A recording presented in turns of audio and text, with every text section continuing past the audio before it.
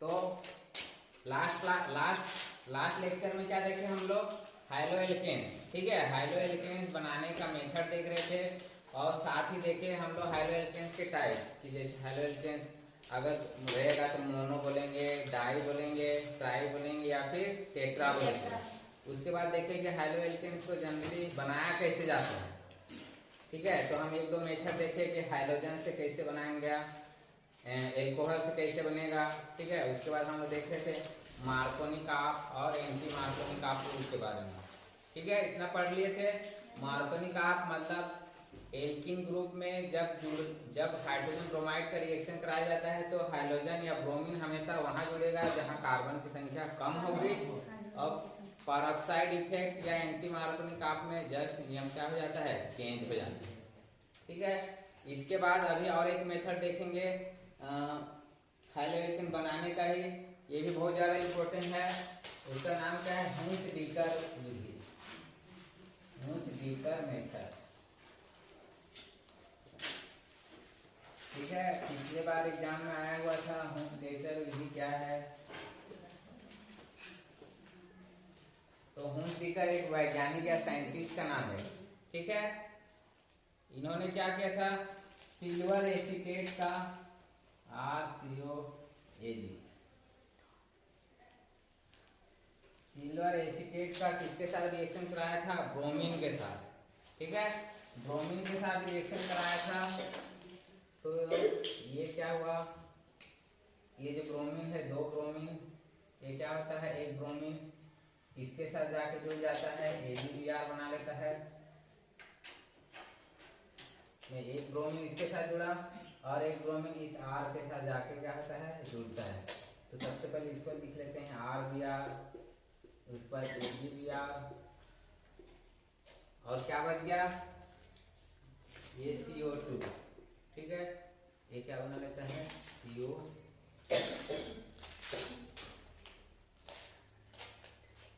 तो देखो किसका फॉर्मेशन हो रहा है, हाइलो एल्केन। ये क्या है, हाइलो एल्केन, एल्किल ब्रोमाइड या इसी क्या बोलेंगे, हाइलो एल्केन। तो हुंच-डीकर मेथड द्वारा भी हाइलो एल्केन का फॉर्मेशन होता है। तो तुमको याद रखना चाहिए हुंच-डीकर एग्जाम में क्यों पूछा जाता है, क्योंकि ये किसी साइंटिस्ट के द्वारा दिया गया केमिकल रिएक्शन है। ठीक है, तो हमेशा याद रखना ऑर्गेनिक केमिस्ट्री में अगर कोई साइंटिस्ट वाला नाम आ रहा है केमिकल रिएक्शन तो उसको एग्जाम में पूछा जाता है। तो हुंच-डीकर जैसे हम एग्जाम्पल के एक एग्जाम्पल भी लिख देना, R की जगह मान लो हम लोग CH3 ले लिए और ये Br2, तो क्या बनेगा, CH3Br, AgBr और ये क्या बनाएगा, तो सिल्वर एसीटेट का जब ब्रोमिनेशन कराया जाता है या ब्रोमीन के साथ रिएक्शन कराया जाता है तो हमें एक हाइलो एल्केन कंपाउंड का फॉर्मेशन होता है। ये स्पेशली ब्रोमो एल्केन, ब्रोमीन वाला कंपाउंड का इसमें फॉर्मेशन होता है। ठीक है, तो हुंच-डीकर याद हो जाएगा। हाँ, तो ये तो था हम मेथड देखे। अभी तक हम लोग क्या पढ़े, मेथड जिनके द्वारा हम लोग हाइलो एल्केन बना सकते थे, जैसे मार्कोनी का स्टैकर मेथड देखे थे। ठीक है, उसके बाद मैं बताया था कि अल्कोहल से कैसे बनेगा, हाइड्रोजन से कैसे बनेगा। अब हम देखेंगे ये जो हाइलो एल्केन्स है इसकी क्या क्या फिजिकल या फिर क्या क्या केमिकल प्रॉपर्टी होती है, मतलब अब ये हाइलो एल्केन कैसे केमिकल रिएक्शन करेंगे और दूसरे दूसरे कंपाउंड बनाएंगे। अभी तक हम लोग क्या देख रहे थे, कैसे हाइलो एल्केन बनाया जाएगा। ठीक है, जैसा कई स्टूडेंट इसमें कंफ्यूज रहते हैं, मैं देखा हूँ। अभी हम लोग क्या देख रहे थे, ये हाइलो एल्केन है, तो अभी तक हम लोग देख रहे थे इसको कैसे बनाएंगे, इसका मेथड, इसको ये कैसे बनाएंगे हम लोग हाइलो एल्केन को, समझ गए। Yes sir. मेथड हम कैसे हाइलो एल्केन बनाएंगे। अब हम क्या देखेंगे, हाइलो एल्केन क्या क्या बनाएगा, ये क्या क्या बनाएगा, तो उसको क्या बोलते हैं, इसका केमिकल रिएक्शन। ये हाइलो एल्केन अब क्या क्या बनाएगा। ठीक है, यस सर। तो इसका केमिकल रिएक्शन देखेंगे हम लोग, physical and chemical reaction of haloalkane.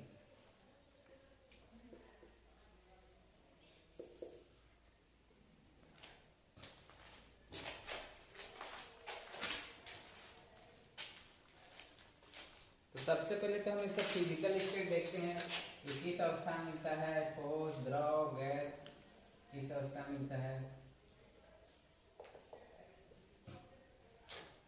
Physical state तो याद रखना कि जितने भी अगर कार्बन चेन कम होंगे, ठीक है, नंबर ऑफ कार्बन चेन कम होंगे, तो लोवेस्ट मेंबर वाले हमेशा क्या होते हैं, गैस। क्या होंगे, गैस।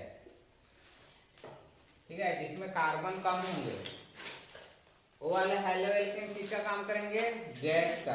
ठीक है, किसका काम करेंगे, गैस का। जैसे एग्जाम्पल के रूप में CH3F, CH3Cl, ये सब। इसके बाद जैसे जैसे कार्बन की संख्या बढ़ती जाएगी, जैसे यहाँ पे सिंगल सिंगल कार्बन है, तो जनरली C18 कितने कार्बन तक, 18 कार्बन तक कौन सी स्टेज में मिलता है, द्रव अवस्था में। कौन सी स्टेज में मिलता है, द्रव अवस्था में। ठीक है, उसके बाद 18 से भी ज्यादा बढ़ते जाएंगे, 19, 20, 21, 22 कार्बन की संख्या बढ़ती जा रही है। ठीक है, तो इससे ज्यादा अगर बढ़ते जाएंगे तो किस सिस्टम मिलेगा, ठोस अवस्था। तो याद रखना जितना कार्बन कम होगा वो गैस अवस्था मिलता है। उसके बाद जैसे जैसे कार्बन बढ़ते जाएगा तो द्रव बनाएगा, और फिर और कार्बन जुड़ते जाएगा तो क्या बना लेगा, ठोस।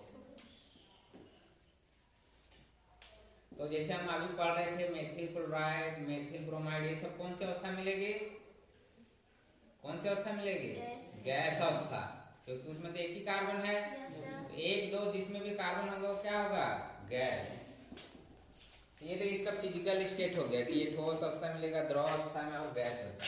अगर इसकी डेंसिटी की बात करें, जैसे हम लोग कल पढ़ रहे थे पानी और बर्फ की डेंसिटी पढ़ रहे थे कि नहीं, मतलब किसका वजन ज्यादा होगा। तो ये डेंसिटी की बात करें तो याद रखना हमेशा जो आयोडीन वाला होगा उसकी डेंसिटी सबसे ज्यादा, उसके बाद ब्रोमाइड वाले का, और सबसे कम किसका होगा, क्लोराइड। आयोडीन वाले का डेंसिटी सबसे ज्यादा क्यों होगा, कौन बताएगा, क्यों होगा, क्योंकि आयोडीन का जो एटॉमिक नंबर सबसे ज्यादा होता है, मतलब उसका वजन क्या होगा, सबसे ज्यादा, परमाणु भार सबसे ज्यादा, उसका ब्रोमीन, उसके बाद क्लोरीन। तो ये हो गया इसके डेंसिटी के बाद। अगला देखें हम लोग सोल्युबिलिटी, विलेयता।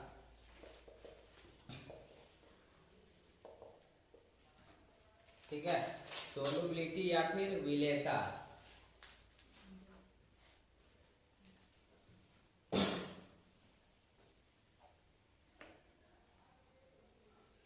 तो बताओ ये जो सोल्युबिलिटी है, ठीक है, पानी, जैसे हम कल देख रहे थे पानी क्या होता है, ये किसका, पानी को दूसरा नाम क्या बोलते हैं, यूनिवर्सल सॉल्वेंट, क्योंकि ये सभी चीजों को क्या कर लेता है, घोलने का काम करता है। ठीक है, तो ये जो हेलोएल्केन्स है, ठीक है, हेलोएल्केन्स हो गया, जैसे क्लोरोफॉर्म, ये भी एक तरह का क्या करता है, सॉल्वेंट का काम करता है। जैसे क्लोरोफॉर्म वो बहुत अच्छा सॉल्वेंट का काम करता है। CCl4 कार्बन टेट्राक्लोराइड, ये भी क्या करता है, क्लोरोफॉर्म का काम करता है। तो ये किसका काम करता है, ऑर्गेनिक सॉल्वेंट। इसको क्या बोलते हैं, ऑर्गेनिक सॉल्वेंट। मतलब जो चीजों को पानी में घोल पाता है उसको भी ये चीज, ये क्या कर लेता है, घोल लेता है।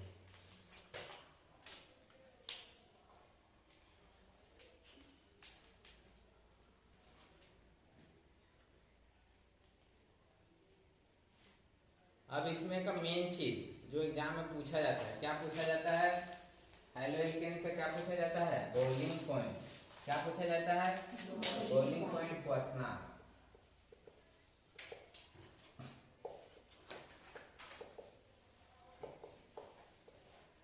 ठीक है, तो अगर ऐसी नॉर्मल किसी कंपाउंड का पूछता है तो किसका बॉइलिंग पॉइंट ज्यादा है, एग्जाम में पूछा जाता है, कंपटीशन एग्जाम में पूछा जाता है। तो याद रखना हमेशा, जैसे अभी हम देखे थे आयोडीन का डेंसिटी ज्यादा था, तो वैसी बॉइलिंग पॉइंट भी इसी का सबसे ज्यादा होगा, क्योंकि मास बढ़ने से उसका बॉइलिंग पॉइंट भी क्या होगा, बढ़ते जाएगा, क्योंकि उसको गर्म करने में नहीं ज़्यादा टाइम लगेगा, ठीक है, तो इसी वजह से इसका बॉइलिंग पॉइंट क्या होता है, ज्यादा।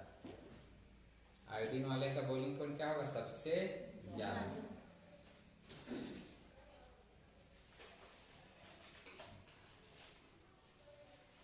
और एक चीज, अगर मान लीजिए किसी, जैसे अभी हम लोग देख रहे हैं चेन वाले कंपाउंड, ठीक है, अगर किसी हाइड्रो एल्केन ग्रुप में अगर ब्रांचिंग जुड़े हो, ब्रांचिंग मतलब अगर वो चेन के रूप में हो, जैसे एग्जांपल देखो, जैसे अभी C4H9Cl का एग्जांपल लिखे थे हम लोग, लिखे थे yes, तो CH3 CH2 CH2 CH2 Cl, ये कैसे लिखे थे, और एक CH3 CH2 CHCl Cl, इस तरह लिखे थे, ठीक है। तो अब इन दोनों में किसका बॉइलिंग पॉइंट ज्यादा होगा, तो किसका ज्यादा होगा, इसका, ठीक है। अगर लेकिन जब ब्रांचिंग रहता है तो बॉइलिंग पॉइंट क्या हो जाता है, कम हो जाता है, क्या हो जाता है, कम। अगर ब्रांचिंग नहीं रहेगा तो बॉइलिंग पॉइंट क्या होगा, ज्यादा।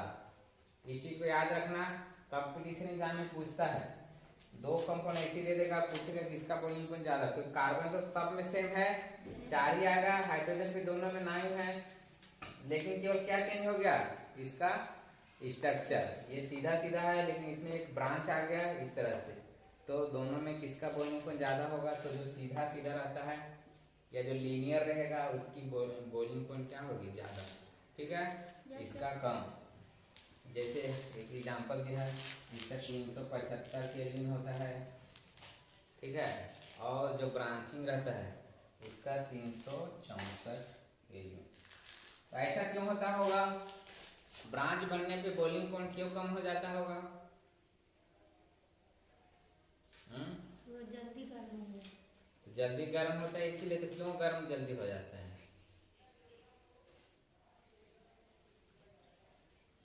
क्यों, देखो, जब जैसे किसी चीज को तुम गर्म कर रहे हो, ठीक है, तो जैसे ये सीधा सीधा है तो इसको टूटने में टाइम लगेगा, लगेगा कि नहीं।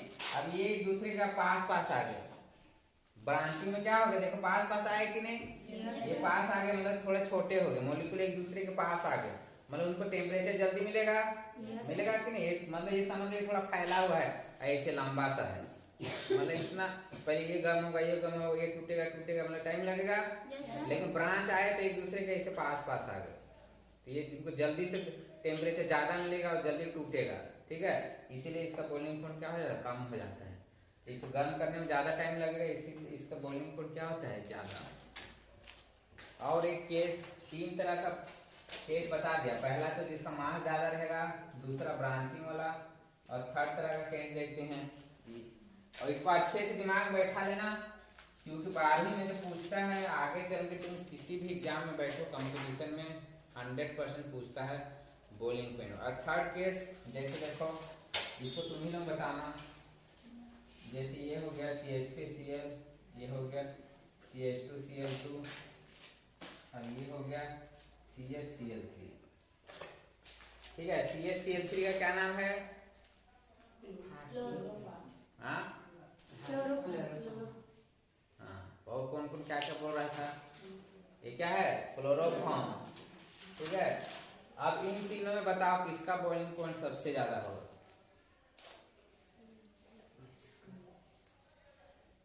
किसका बॉइलिंग पॉइंट सबसे ज्यादा होगा,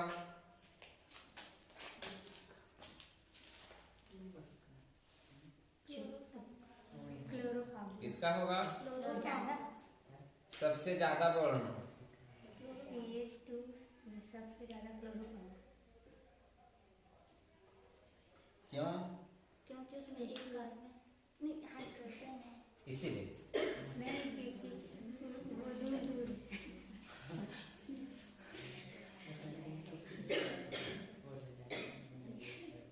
क्यों होगा, क्योंकि इसमें ब्रांचिंग नहीं जुड़ी, गलत है, और कौन बताएगा,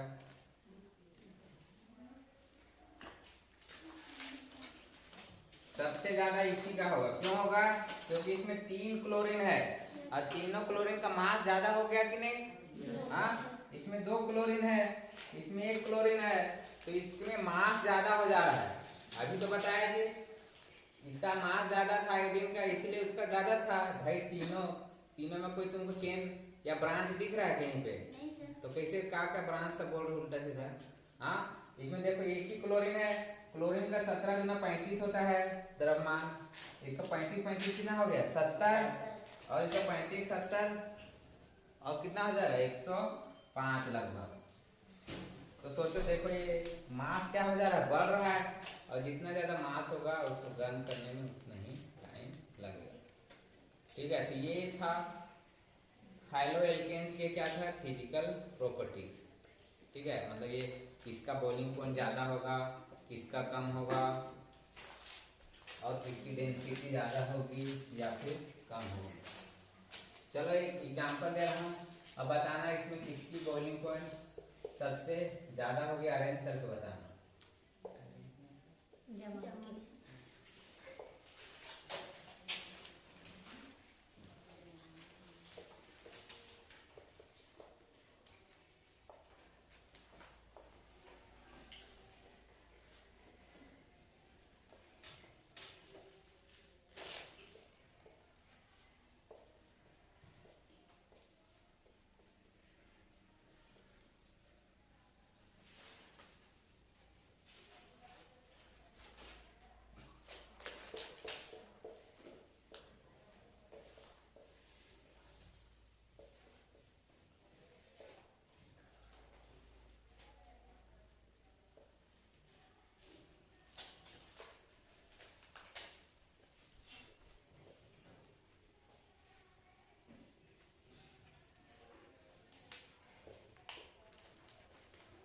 चलो इन चारों में बताओ किसका सबसे ज्यादा होगा।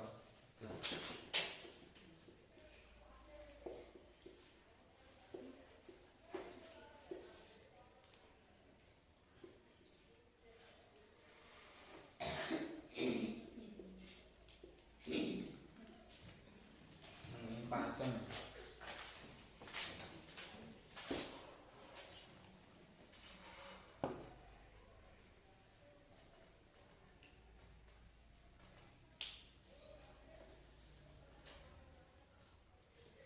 तो नीट सबके एग्जाम में ऐसे क्वेश्चन बता, पहला किसका आएगा? हाँ, पहला किसका होगा? पहला, उसके बाद दूसरा, उसके बाद पांचवा, उसके बाद चौथा, फिर तीसरा। अब बाकी का बताओ किसी का अलग है तो बाकी में बनाए नहीं है। तो सबसे ज्यादा किसका होगा ये? इसका, चौथा, उसके बाद तीसरा, उसके बाद पहला, उसके बाद पांचवा, उसके बाद दूसरा। भाई तुमको ब्रांचिंग तब देखना है जब कार्बन की संख्या सेम है। तो इसमें सबसे ज्यादा कार्बन है 1 2 3 4 5 6 7, सबसे ज्यादा। तो जितना कार्बन होगा मतलब उसका मास क्या हो गया, बढ़ गया, तो इसीलिए इसका क्या होगा सबसे ज्यादा। उसके बाद कहाँ कार्बन सबसे ज्यादा है? तीसरा में देखो 1 2 3 4 5, क्योंकि यहाँ तो 4 इंच है, वहां भी 4 इंच है, तो ये हो गया तीसरा। उसके बाद अब इन दोनों के कार्बन सेम है तब देखेंगे किसमें ब्रांच है और किसमें ब्रांच नहीं है। इसमें ब्रांच नहीं है मतलब ये पहला आ गया, फिर पांचवा, और इसमें तो सबसे कम है 1 2 3 इंच है, तो सबसे लास्ट। ठीक है, समझ गए? Yes sir. अब इसको बना के लाना, लिख लो क्वेश्चन।